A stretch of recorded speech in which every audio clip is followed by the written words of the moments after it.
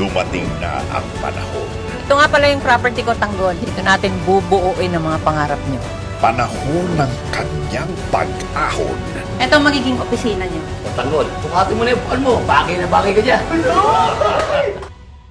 Pagbabayari ng makasalanan. Benny, bakit malungkot ka? Wala na si Nick.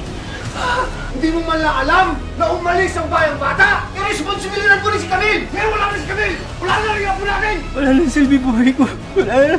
Paano magsimula? Alam ko hindi ka nagkulang sa kanila. Hindi ko akalain na mangyari kay Ate Camille to.